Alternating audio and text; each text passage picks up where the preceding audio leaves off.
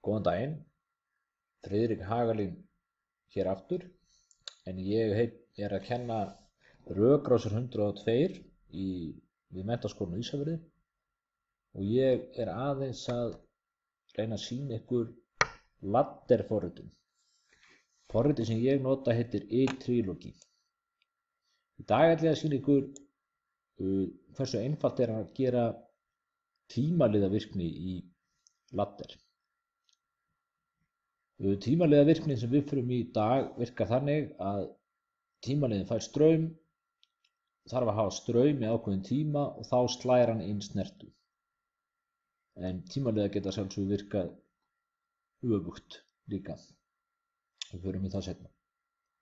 Við byrjum á því eins og alltaf að búa til opna snertu sem er input og það er start takkin. Síðan förum við hér í þetta hér merki og veljum timer.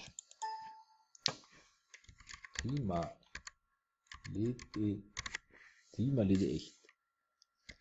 Og athugið hér þurfum við að setja inn set value, en þetta eru ekki sekúndur, heldur eitthvað töluvert styttra heldur en það. Þannig hér ætla ég bara að velja 30. Það eru þá einhverjar 5-6 sekúndur. Þá förum við í næstu línu og klikka hér, ýti á snertu og þá er það fyrsta sem kemur upp tímalið 1, þessi hér. Og ég vel hann. Sem sagt, þegar að tímaliðin þessi fær straum í 30 sekundur og þá slær þessi út, eða slær þessi inn.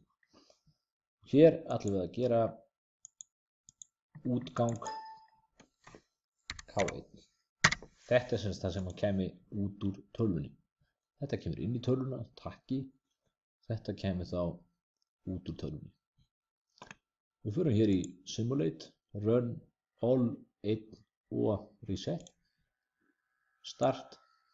Nei, ég verð að halda honum inni, takk eftir. Vegna þess að þetta er bara opin snerta.